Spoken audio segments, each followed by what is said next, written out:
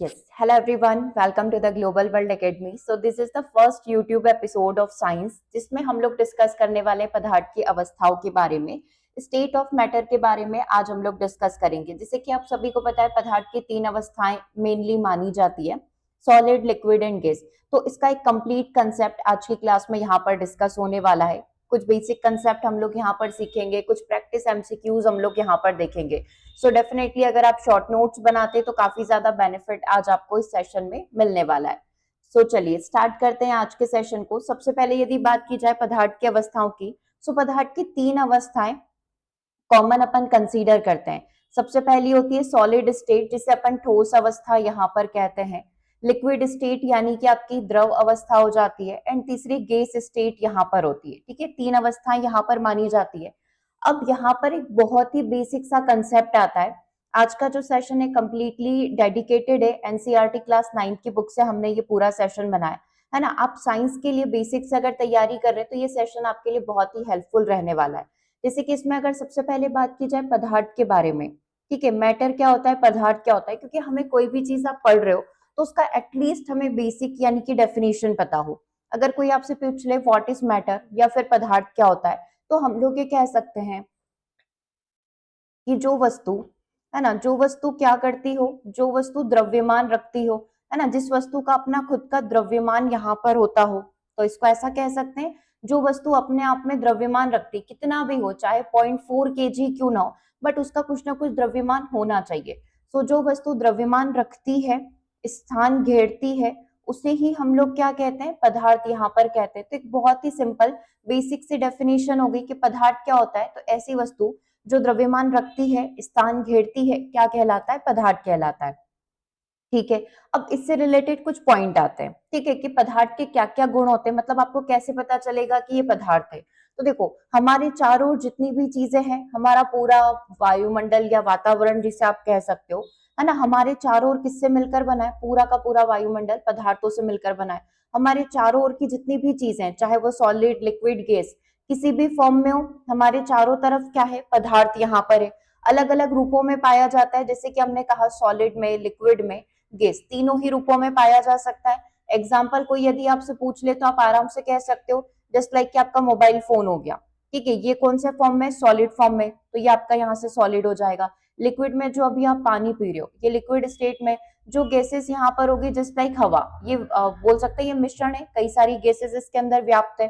ठीक है, तो ये बेसिक चीजें हो गई, ये पदार्थ के गुण यहाँ पर हो गए। ठीक है, ये इस तरीके से आप देख सकते हो। सॉलिड, ये आपका एक सॉलिड का एग्जाम्पल हो गया टॉय, ये लिक्विड का एग्जांपल हो गया, एंड ये गैस का एग्जांपल यहाँ पर हो गया। अब एक सिंपल सी डेफिनेशन आपकी स्क्रीन पर, कि हर वह चीज जो जगह घेरती है, everything around you, there air you breathe, the water you drink, every even you your body, all of this is, ये सब क्या है, इन शॉर्ट अगर मैं कहूँ, हर वो चीज जो जगह घेरती है, जिसका द्रव्यमान होता है, उसे हम किस नाम से जानते हैं। अभी जस्ट अपन ने ये डेफिनेशन कंप्लीट करा, जगह घेर रही है, उसका खुद का द्रव्यमान है। जस्ट लाइक एग्जांपल पर हमारी बॉडी आप ले लो, पानी जो आप पी रहे हो, हवा जिसमें आप सांस ले रहे हो, ये सारी ही चीजें क्या है, मैटर कहलाएगी। ये सारी ही चीजें क्या कहलाएगी, पदार्थ यहाँ पर कहलाएगी। ठीक है, बिल्कुल बेसिक कंसेप्ट अभी अपन ने यहाँ पर क्लियर कर लिया। एग्जाम्पल आप देख ही सकते हो सॉलिड, लिक्विड, गैस का। ठीक है, सॉलिड में आप क्या हो गए, लिक्विड में पानी या कोई भी सोल्यूशन, फ्लूइड आप ले सकते हो। ठीक है, गैसेस यहाँ पर हो गई। अब एक कॉमन एग्जांपल ऐसा बताओ जो कि सॉलिड, लिक्विड एंड गैस तीनों ही स्टेट में पाया जाएगा। मतलब वो आप देखोगे तो वो आपका सॉलिड फॉर्म में भी है, वो लिक्विड फॉर्म में भी एग्जिस्ट कर सकता है, एंड वो गैस फॉर्म में भी एग्जिस्ट कर सकता है क्या कोई ऐसा जो तीनों ही फॉर्म में एग्जिस्ट करता हो? तो यस, डेफिनेटली है। कौन है वो, पानी है। कौन है वो, H2O यहाँ पर है। तो ये तीनों ही स्टेट में पाया जाता है। ठीक है, जस्ट लाइक कि आपके पास पानी है, अभी आपके पास पानी का बॉटल रखा होगा, आप उसको आइस बॉक्स में रखकर आ जाओ, रेफ्रिजरेटर में रखकर आ जाओ, वो जम जाएगा, वो आइस फॉर्म में कन्वर्ट हो जाएगा। ठीक है, अब उसी पानी को आप गर्म करते रहिए, वो किस में कन्वर्ट हो जाएगा, स्टीम फॉर्म में, यानी कि गैस फॉर्म में कन्वर्ट हो जाएगा। मतलब एक लोटा पानी ही ऐसा होगा जो सॉलिड, लिक्विड एंड गैस तीनों ही स्टेट में आपको यहाँ पर मिल सकता है। अब इसी से बेसिस पर क्या पूछा जाता है कि पानी का गलनांक बिंदु क्या होता है, पानी का मेल्टिंग पॉइंट क्या होता है, ये चीजें पूछी जाती है। ठीक है, बॉइलिंग पॉइंट यानी कि क्वथनांक बिंदु, तो वो अभी अपन आगे डिस्कस करेंगे। मतलब A to Z सारी चीजें आज अपन सॉलिड, लिक्विड, गैस से कंप्लीट कर रहे हैं।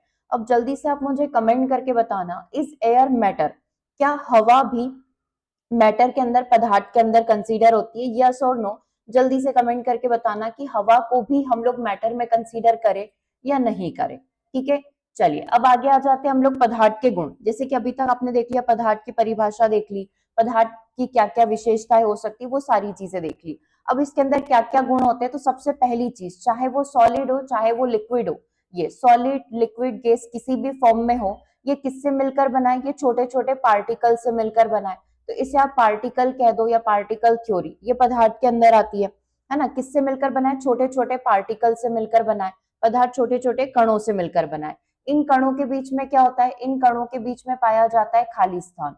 तो दूसरी चीज हमारी क्या हो गई कि इनके बीच में क्या होती है? स्पेस होती है। इनके बीच में क्या होगा? खाली स्पेस यहाँ पर पाया जाएगा। ठीक है, अब इसमें अगर अपन और देखें तो और क्या क्या विशेषता हो सकती है, तो इनमें मोशन होता है। इनमें मोशन होता है मतलब इसके जो कण है, इसके जो पार्टिकल है, वो क्या करते रहते हैं? गति यहाँ पर करते रहते हैं। सॉलिड में कम, लिक्विड में ज्यादा, गैसेस में बहुत ही ज्यादा, इस तरीके से। ठीक है, उसके बाद आ जाता है और क्या परिभाषा हो सकती है, और क्या विशेषता हो सकती है, तो इनके अंदर आकर्षण का गुण पाया जाता है, किसी में कम किसी में ज्यादा। ठीक है, वो अपन एक एक करके डिस्कस करेंगे सॉलिड, लिक्विड और गैसेस का। तो इनके अंदर जो है अट्रैक्शन की प्रॉपर्टी पाई जाती है। इनके अंदर क्या पाया जाता है? इनके अंदर आकर्षण का गुण पाया जाता है, यानी कि ये कण एक दूसरे को क्या करते हैं? आकर्षित यहाँ पर करते हैं, एक दूसरे को अट्रैक्ट यहाँ पर करते हैं। तो ये चार मेजर एंड बेसिक प्रॉपर्टी यहाँ पर हो गई, किसकी? पदार्थ की। ठीक है, अब ये कंप्लीट हो गया हो तो फिर अपन थोड़ा सा आगे चलते हैं। आगे चलने के लिए हमको क्या पढ़ना पड़ेगा? पदार्थ की अवस्थाएं। पदार्थ कितने स्टेट में पाया जाता है, तो हमने देखा सॉलिड में पाया जाता है, लिक्विड में पाया जाता है और गैस में पाया जाता है। सॉलिड मतलब आप इसको क्या कहते हो? ठोस में पाया जाता है, द्रव में पाया जाता है और गैस में पाया जाता है। लिक्विड और गैस दोनों को कॉमन में क्या कहा जाता है? फ्लूइड यहाँ पर कहा जाता है। ठीक है, द्रव्य यहाँ पर कहा जाता है, तो उसमें कंफ्यूज नहीं होना है। अब जैसे अगर मैं आपसे पूछूं किसके बारे में? शेप के बारे में, आकार के बारे में अगर आपसे पूछा जाए, इस लाइक इसको थोड़ा सा अपन अच्छे से लिख देते हैं, है ना। आप एक एक करके जल्दी जल्दी से कमेंट करते जाना, किसके लिए? सॉलिड, लिक्विड और गैस के लिए। ठीक है, अगर मैं यहाँ पर बात करूं शेप की, आकार की, तो सॉलिड का आकार आपको पता है कैसा होता है? फिक्स यहाँ पर होता है। क्या आप सॉलिड का कोई भी वस्तु उसके आकार को चेंज कर सकते हो क्या? जो सॉलिड फॉर्म में, जो किसे कह सकते हैं अपन, अपना ठोस फॉर्म में नहीं चेंज होगा। जैसे एक पत्थर हो गया, सॉलिड फॉर्म में उसका शेप, उसका आकार कभी भी चेंज नहीं होगा। लिक्विड का आकार फिक्स होता है क्या? नहीं, जिस भी कंटेनर में डालोगे, है ना, उसका आकार वो ग्रहण कर लेगा। गैसेस का आकार फिक्स होता है क्या? तो इसका भी फिक्स नहीं होता, जिस भी बर्तन में डालोगे ये उसके आयतन को ग्रहण कर लेगा। ठीक है, आकार की बात हो गई। अब आ जाते हैं आयतन के ऊपर, वॉल्यूम के ऊपर। तो सॉलिड का आपको पता है, सॉलिड का जो आयतन भी होगा, जिस भी बर्तन में डालोगे उसका आयतन हमेशा फिक्स रहेगा, चेंज नहीं होगा। लिक्विड का जो आयतन होता है वो भी फिक्स होता है, लेकिन गैसेस में आयतन जो होता है वो बदलता रहता है, कंटेनर के हिसाब से यहाँ पर बदलता रहेगा। ठीक है, तीसरा गुण आ जाता है इसकी संपीड्यता। संपीड्यता को आप क्या कहते हो? कंप्रेसिबिलिटी कहते हो। ठीक है, सॉलिड को कंप्रेस किया जा सकता है क्या? आप उसको दबाकर, पत्थर को दबाकर किसी कंटेनर में डाल सकते हो क्या? नहीं, तो वो कंप्रेसिबल नहीं है, और बहुत कम आप यहाँ पर कह सकते हो, क्योंकि सॉलिड की भी कई सारी प्रॉपर्टीज होगी, राइट। तो कंप्रेसिबिलिटी न के बराबर होती है। लिक्विड में थोड़ी कम यहाँ पर होगी, और गैसेस में काफी ज्यादा यहाँ पर होगी। मतलब गैसेस जो होती है वो हाईली कंप्रेसिबल होती है। ठीक है, अब कणों के बीच में हमने बोला था, कणों के बीच में स्थान होता है। ठीक है, पार्टिकल के बीच में डिस्टेंस यहाँ पर रहेगा। तो इसमें आप कह दोगे अ फ्यू, या बहुत ही कम, लिटिल आप कह सकते हो, न के बराबर स्पेस होता है, इसीलिए वो कंप्रेसिबल नहीं होते, इसीलिए इनका आयतन भी फिक्स होता है, और इसीलिए इनका शेप भी फिक्स होता है। ठीक है, लिक्विड में होता है थोड़ा बहुत होता है, बहुत ज्यादा स्पेस नहीं होता है, थोड़ा बहुत यहाँ पर रहता है। और गैसेस में वेरी हाई आप यहाँ पर कह सकते हो, इनके कणों के बीच में काफी ज्यादा स्पेस यहाँ पर पाया जाता है। तो इस तरीके से आपको चार प्रॉपर्टी या चार अवस्थाएं, आपको सॉलिड, लिक्विड, गैस के लिए चार पॉइंट याद रखने हैं। आकार, आयतन, संपीडिता और स्पेस। बेसिक क्वेश्चन तो आपके इसी से बन जाएंगे, इसके आगे जाएगा भी नहीं, वो यहीं से बेसिक क्वेश्चन पूछ लेगा। एक बार आप ये टेबल देख सकते हो, यही टेबल अभी अपन डिस्कस कर रहे थे, सारे पॉइंट कवर हो गए। हमने देखो आकार के बारे में बात करी, आयतन भी कर लिया, अपना संपीड्यता, कंप्रेसिबिलिटी भी कर लिया, एंड पार्टिकल डिस्टेंस भी यहाँ पर कर लिया। ठीक है, तो चलिए अब वन बाय वन करके एक एक चीज को डिस्कस करते हैं। ये तो बेसिक हो गया। अब सॉलिड को डिस्कस करते हैं, क्योंकि सॉलिड के भी टाइप होते हैं, है ना। सॉलिड जो ठोस है उसके भी प्रकार होते हैं। ठीक है, तो अब ये कैसे काम करता है, अब थोड़ा सा अपन डिटेल पर आ जाते हैं, फिर अपन लिक्विड पढ़ेंगे, गैस पढ़ेंगे, देन अपन एमसीक्यूज पे चलेंगे। ठीक है, तो इस तरीके से अपनी क्लास आगे कंटिन्यू होगी। तो सबसे पहले बात की जाए सॉलिड की, तो आपको पता ही है सॉलिड में जो होगा, जस्ट लाइक आप कोई भी पत्थर या कोई प्लास्टिक का बॉल या किसी भी चीज को आप इमेजिन कर लो, ठीक है, इसका आकार निश्चित है, बॉल का आकार भी निश्चित है, मतलब मैं कह दूं इसका शेप भी निश्चित है और इसका वॉल्यूम भी क्या होगा, निश्चित होगा। तो ये पहली प्रॉपर्टी हो गई। अब आपने देखा कि इसमें जो कण होते हैं वो काफी पास पास स्थित होते हैं, कण बिल्कुल एक दूसरे से चिपके हुए रहते हैं, खाली स्थान इसमें न के बराबर होता है।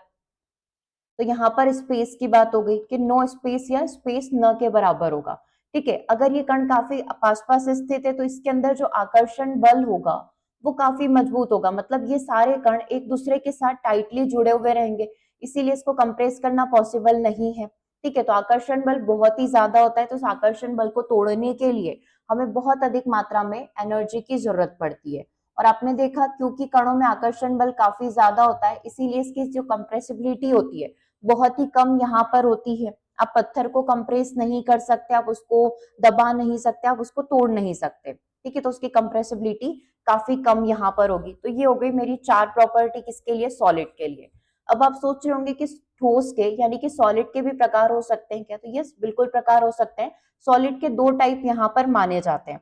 ये तो अभी बिल्कुल बेसिक में आप 2 टाइप पढ़ रहे हो, ऐसे देखोगे तो इसके भी सब टाइप होंगे और इस तरीके से 8 से 9 प्रकार के सॉलिड माने जाते हैं। वो इनके अंदर की बॉन्ड स्ट्रक्चर के ऊपर डिपेंड करता है। जैसे कि क्रिस्टल सॉलिड में आप देखोगे कि यहाँ पर अपना आयोनिक हो गया, मॉलिक्यूलर सॉलिड यहाँ पर हो गया, ठीक है, मेटेलिक सॉलिड यहाँ पर हो गया, कंपाउंड सॉलिड यहाँ पर हो गया, तो वो कई सारी वेराइटीज है, ठीक है। बट हमारा बेसिक कंसेप्ट क्लियर होना चाहिए कि सॉलिड जो है वो बेसिक 2 कैटेगरी के होते हैं। एक क्रिस्टल सॉलिड यहाँ पर होता है, क्रिस्टलीन जिसे कहा जा सकता है, और दूसरा एमोफोरस यहाँ पर होता है। क्या क्या हो गया, एक क्रिस्टलीन हो गया और एक एमोफोरस हो गया। अब पहली बार नाम सुन रहे हो तो देखो ये किस तरीके से होता है। तो आपके सामने डायग्राम है, यही डायग्राम अपने आप में आपका जवाब है, ठीक है। क्रिस्टलीन सॉलिड की अगर मैं बात करूं या क्रिस्टलीय ठोस की अगर मैं बात करूं, तो इसमें जो पार्टिकल्स होते हैं वो प्रॉपर अरेंज फॉर्म में होता है, मतलब इसमें जो पार्टिकल्स रहेंगे प्रॉपर तरीके से व्यवस्थित रहेंगे, प्रॉपर तरीके से अरेंज रहेंगे, मतलब देखो ना एक दूसरे से बिल्कुल बराबर डिस्टेंस पर एक दूसरे से चिपके हुए यहाँ पर हैं। तो अगर मैं कहूँ कि एक व्यवस्थित अरेंजमेंट अगर किसी का है तो वो क्रिस्टल सॉलिड का यहाँ पर होगा। किसका होगा, क्रिस्टल सॉलिड का होगा, ठीक है। अब आगे बात आ जाती है रेगुलर अरेंजमेंट ऑफ पार्टिकल। हमने यहाँ पर कह दिया कि ये कण जो है बिल्कुल एक दूसरे के साथ व्यवस्थित तरीके से जुड़े हुए रहते हैं, बिल्कुल आड़े टेढ़े नहीं होंगे, ठीक है। अब इसकी क्या विशेषता है कि इनका जो मेल्टिंग पॉइंट होगा, जस्ट लाइक इनकी जो गलन प्रवृत्ति होगी, कि कोई जैसे पानी का मेल्टिंग पॉइंट क्या है, एल्कोहल का मेल्टिंग पॉइंट क्या है ना, बर्फ का गलन बिंदु क्या है, तो इस तरीके से जो क्वेश्चन बनते हैं तो इनका जो मेल्टिंग पॉइंट होता है वो काफी शार्प यहाँ पर होता है। जस्ट लाइक कि एक्स कोई पदार्थ है, ठीक है, उसको पता है कि वो जो है 0 डिग्री सेल्सियस पर मेल्ट होना स्टार्ट हो जाएगा, तो जीरो ऐसा कभी भी नहीं होगा कि वो 0.5 होगा, उसका फिक्स है कि मैं 0 डिग्री सेल्सियस जैसे ही हुआ मैं मेल्ट होना स्टार्ट कर दूंगा। तो इनका जो मेल्टिंग पॉइंट होता है क्रिस्टल का वो हमेशा फिक्स रहता है। तो क्या क्या विशेषता हो गई, एक तो आप ये कह सकते हो कि इनका जो अरेंजमेंट होता है वो काफी रेगुलर अरेंजमेंट यहाँ पर होता है, फिक्स अरेंजमेंट यहाँ पर होगा। दूसरा आप ये कह सकते हो कि इनका एमपी यानी कि जो मेल्टिंग पॉइंट होता है वो काफी शार्प होता है, कम ज्यादा नहीं, जो हमेशा फिक्स है वैसा ही रहेगा। कोई एग्जाम्पल मुझे बता सकता है क्या, इसका एग्जाम्पल क्या होगा। जस्ट लाइक कि सॉल्ट वो बिल्कुल क्रिस्टल फॉर्म में यहाँ पर होगा, ठीक है, और आप क्वार्ट्ज को ले सकते हो, ठीक है, इसका भी क्या होगा, मेल्टिंग पॉइंट बिल्कुल फिक्स यहाँ पर रहेगा, ठीक है, प्रॉपर स्ट्रक्चर इनका यहाँ पर होता है। अब इसी का उल्टा हम लोग किसके लिए पढ़ सकते हैं, एमोफोरस के लिए यहाँ पर पढ़ सकते हैं, ठीक है। एमोफोरस मतलब जिसका शेप भी फिक्स नहीं है, no regular arrangement, no regular arrangement, कण कहीं पर भी किसी के भी साथ आकर चिपक गए, देखो यहाँ पर स्पेस हो गई, यहाँ पर ज्यादा, यहाँ पर पास पास स्पेस हो गई, यहाँ और ज्यादा हो गई, यहाँ पर बिल्कुल भी स्पेस नहीं बची, तो जिसको जहां पर जिसके साथ आकर जुड़ना है वो हो जाएगा। तो हम लोग ये कह सकते हैं एमोफोरस, या फिर अपन इसको हिंदी में क्या कहते हैं, अक्रिस्टलीय यहाँ पर कहते हैं, ठीक है। अक्रिस्टलीय रूप में आप ये कह सकते हो कि व्यवस्थित नहीं होते, रैंडम ऑर्डर में ये कण एक दूसरे के साथ जुड़े हुए रहते हैं, इनका कोई फिक्स मेल्टिंग पॉइंट यहाँ पर नहीं होगा, कोई फिक्स मेल्टिंग पॉइंट यहाँ पर नहीं होता है। अब एग्जाम्पल आप देखना चाहते हो तो आप ग्लास का एग्जाम्पल देख सकते हो, प्लास्टिक का एग्जाम्पल देख सकते हो, उन सबके अंदर जो स्ट्रक्चर है ना वो कुछ इसी तरीके की होती है। और आपको एक चीज और याद होगी कि ये जो अक्रिस्टलीय रूप होते हैं इनको सुपर कूल्ड लिक्विड भी कहा जाता है। इन्हें क्या कहा जाता है? सुपर कूल्ड लिक्विड भी कहा जाता है। अब आप कह रहे हो कि आप सॉलिड पढ़ रहे हो बट आप हमें सुपर कूल्ड लिक्विड कैसे बोल सकते हो? तो देखो एक बहुत सिंपल सा कंसेप्ट है, एक रियल लाइफ का एग्जांपल आपको बताते हैं। इस एमोफोरस सॉलिड को मैंने सुपर कूल्ड कैसे कह दिया? जैसे कि आपने कभी ग्लास या प्लास्टिक की फैक्ट्री देखी होगी कि प्लास्टिक की बॉटल कैसे बनती है या कांच की ग्लासेस वगैरह कैसे बनती है, तो इनके पास बहुत छोटी सी ट्यूब यहाँ पर होती है। उसको बहुत ही ठंडी हवा, एकदम ठंडी हवा दी जाती है और उसको बड़ी बड़ी टंकी या बड़े बड़े कंटेनर के साइज में कन्वर्ट कर दिया जाता है। आपने जैसे कांच की बोतल या प्लास्टिक की टंकी वगैरह बनते हुए देखा होगा, तो बेसिकली वो बहुत ही गर्म एक पदार्थ होता है ना। जस्ट लाइक इतनी छोटी सी ट्यूब हो गई, इसको जो साँचे होते हैं, जो भी शेप इसको देना है, जस्ट लाइक इस टाइप का कोई शेप हमको देना है कंटेनर का, उसके अंदर डाला जाएगा, एकदम ठंडी हवा इसके अंदर प्रवाहित की जाएगी और ये फूलकर इस कंटेनर का क्या कर लेगी? साइज ले लेगी, उसका साइज या शेप को ग्रहण कर लेगी। इसीलिए ये किसकी तरह बिहेव करते हैं? ये सुपर कूल्ड लिक्विड की तरह यहाँ पर बिहेव करते हैं। ठीक है, सुपर कूल्ड लिक्विड आप इन्हें यहाँ पर कह सकते हो, सिर्फ समझने के लिए। ठीक है, तो हमको पता चल गया दो प्रकार के हमारे सॉलिड हो गए, क्रिस्टल सॉलिड हो गया, एमोफोरस सॉलिड यहाँ पर हो गया। ठीक है, अब यहाँ पर बात कर लेते हैं नेक्स्ट पॉइंट की। एक बार और आप डायग्राम देख लो। क्रिस्टल में ये प्रॉपर किसी भी तरीके से होगा बट शेप एक दूसरे के समान यहाँ पर होगा, जैसे कुछ हेक्सागोनल टाइप में ये एक दूसरे के साथ अरेंज है। एमोफोरस में कोई भी किसी के भी साथ आकर यहाँ पर जुड़ चुका है। ठीक है, क्लियर है यहाँ तक सारी चीजें? अब अपन आ जाते हैं लिक्विड स्टेट के ऊपर। अब देखो लिक्विड स्टेट में हमें सारी चीजें पता है कि कोई निश्चित आकार नहीं होता है बट आयतन इसका निश्चित होगा। जिस भी कंटेनर में डालोगे उसका आयतन हमेशा फिक्स रहेगा। कण जो होते हैं एक दूसरे से थोड़ी थोड़ी दूरी पर स्थित होते हैं, बहुत दूरी तो नहीं बट थोड़ी थोड़ी दूरी पर स्थित होते हैं। आकर्षण बल सॉलिड से तो देखोगे कम होता है लेकिन गैसेस से ज्यादा होगा। क्यों? क्योंकि सॉलिड और गैस के बीच में आपका लिक्विड होगा, तो आकर्षण बल डेफिनेटली सॉलिड से कम होगा क्योंकि स्थान ज्यादा है, स्थान खाली स्थान ज्यादा है। लेकिन लिक्विड अपन गैस से कंपैरिजन करेंगे तो गैस से थोड़ा सा ज्यादा रहेगा। ठीक है, और ये फ्लूइडिटी को प्रदर्शित करते हैं, that means they can flow, ये बह सकते हैं। जिस भी कंटेनर में डालोगे, जिस लाइक पानी आप इमेजिन कर पा रहे हो ये बह पा रहा है, ऐसे शहद हानी यहाँ पर हो गया, ऑयल यहाँ पर हो गया, है ना, तो ये बह सकते हैं। इनके अंदर फ्लूइडिटी का गुण यहाँ पर पाया जाता है। अब बात कर लेते हैं गैसेस स्टेट की। तो आपको पता है कि गैसेस में कोई आकार निश्चित नहीं है, कोई आयतन निश्चित नहीं है, कण एक दूसरे से बहुत दूरी पर स्थित है, आकर्षण बल बहुत ही कम, न के बराबर यहाँ पर होता है।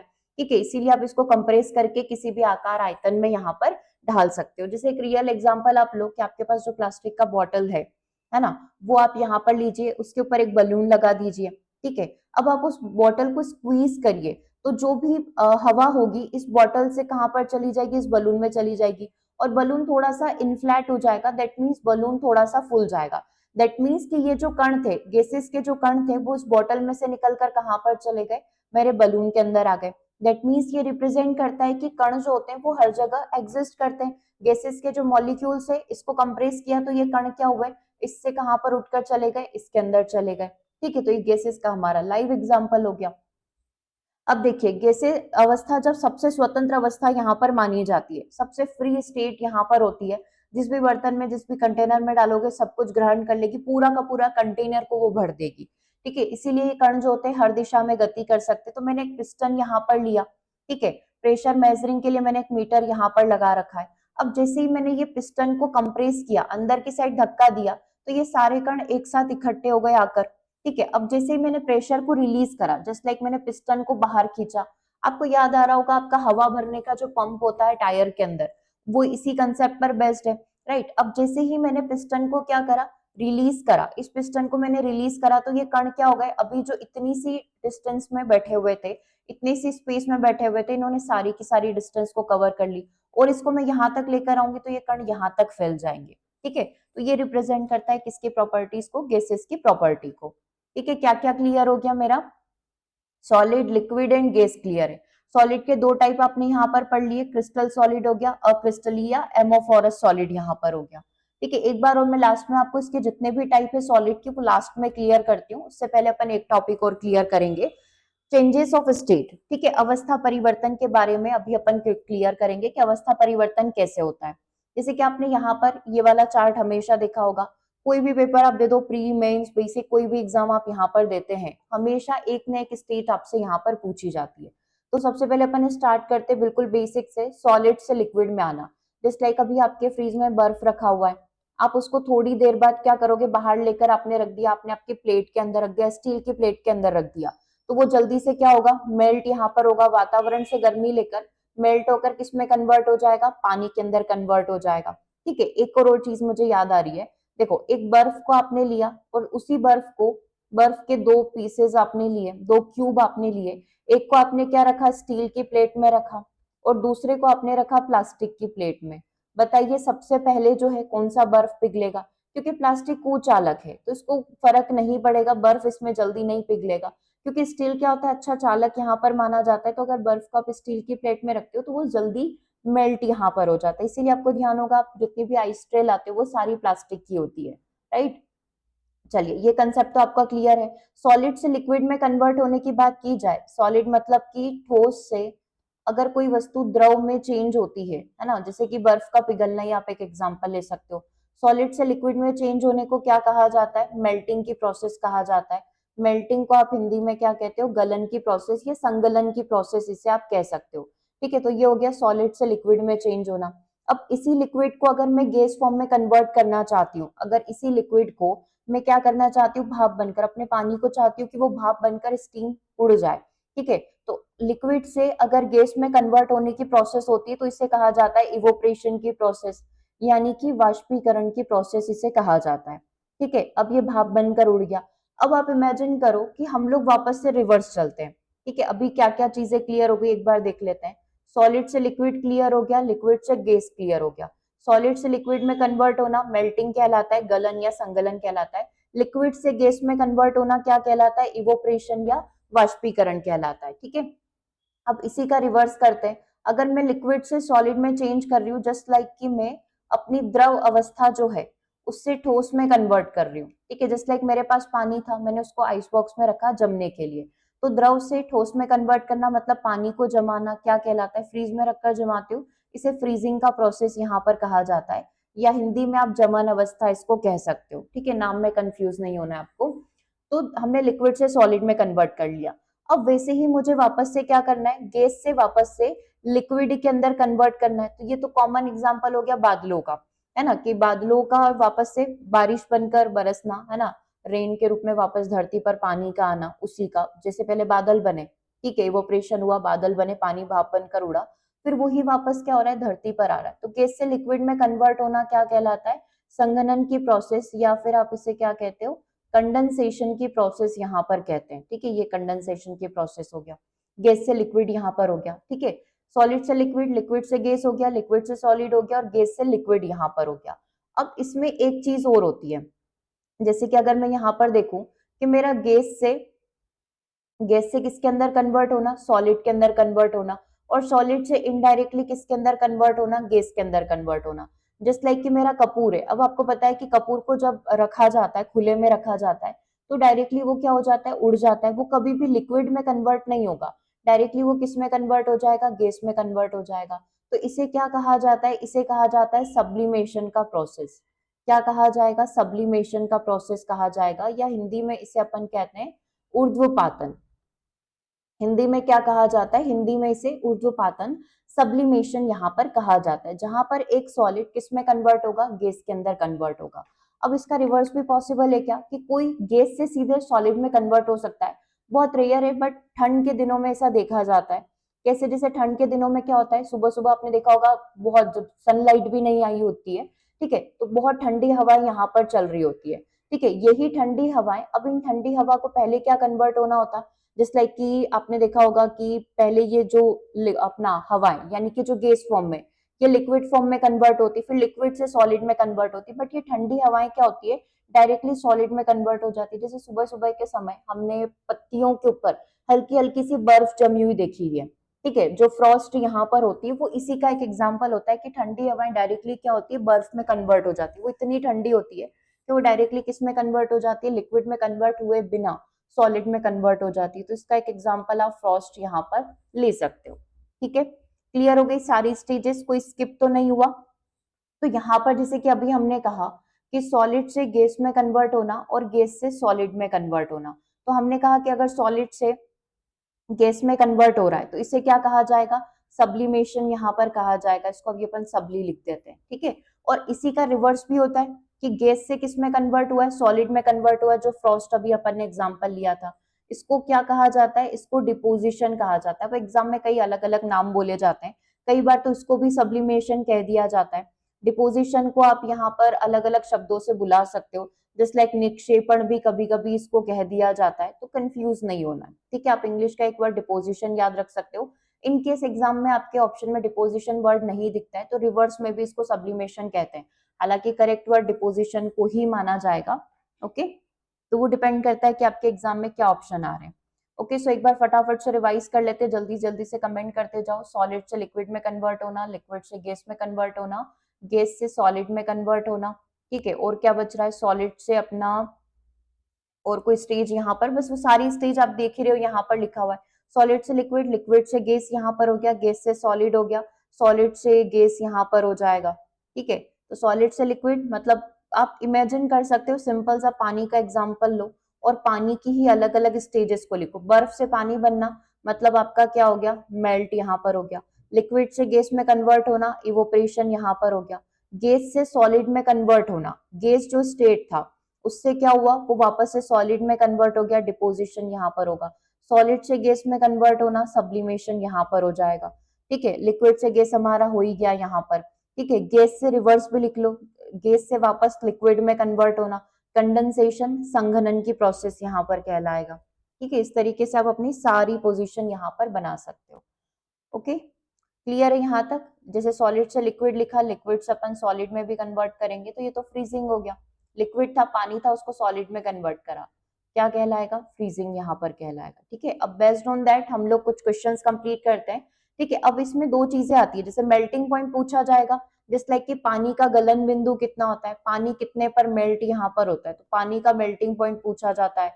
पानी का बॉइलिंग पॉइंट यहाँ पर पूछा जाता है, ठीक है। पानी का मेल्ट होना मतलब जस्ट लाइक कि पानी यानी कि बर्फ, ठीक है। बर्फ मेल्ट होगा 0 डिग्री सेल्सियस पर, बर्फ मेल्ट होगा। पानी कितने डिग्री पर बॉईल होता है, यानी कि जो क्वथनांक बिंदु होगा पानी का वो कितना होता है, 100 डिग्री सेल्सियस। पानी कितने बिंदु पर उबलता है, 100 डिग्री सेल्सियस पर बॉईल होता है, ठीक है। चलिए अब बारी है कुछ क्वेश्चंस को कंप्लीट करने की। So let's begin with the first question. किस अवस्था का आकार निश्चित नहीं होता है, ठीक है, किसका फिक्स्ड शेप यहाँ पर नहीं होगा। गैस, लिक्विड, सॉलिड और प्लाज्मा, आपको पता है क्या किसका आकार निश्चित नहीं होता है। Which state has a fixed shape, ठीक है, निश्चित पूछा है, किसका आकार निश्चित होगा, पॉजिटिव स्टेटमेंट पूछा है। ओके, तो आपको पता ही है कि जिसके दोनों निश्चित है वो क्या हो जाएगा, आपका सॉलिड यहाँ पर हो जाएगा। कि सॉलिड ही एक ऐसा है जिसका आकार, आयतन, सब कुछ क्या होगा, निश्चित यहाँ पर होगा, ठीक है। डन यहाँ तक। चलिए अब आ जाते हैं हम लोग अपने नेक्स्ट क्वेश्चन नंबर 2 के ऊपर। क्वेश्चन नंबर 2 हमको क्या बोल रहा है, कौन सी अवस्था कंप्रेसिबल होती है, मतलब किस चीज को आप कंप्रेस कर सकते हो, सॉलिड, लिक्विड, गैस और नन ऑफ द अबव। तो आपको पता है सॉलिड कंप्रेसिबल होता है, उसको इजीली कंप्रेस किया जा सकता है, ठीक है। कंप्रेसिबल बोला है कि कौन सी स्टेट कंप्रेसिबल यहाँ पर होगी, तो ये हो गया मेरा गैस, ठीक है। सबसे ज्यादा कंप्रेसिबल स्टेट कौन सी हो जाएगी, गैस।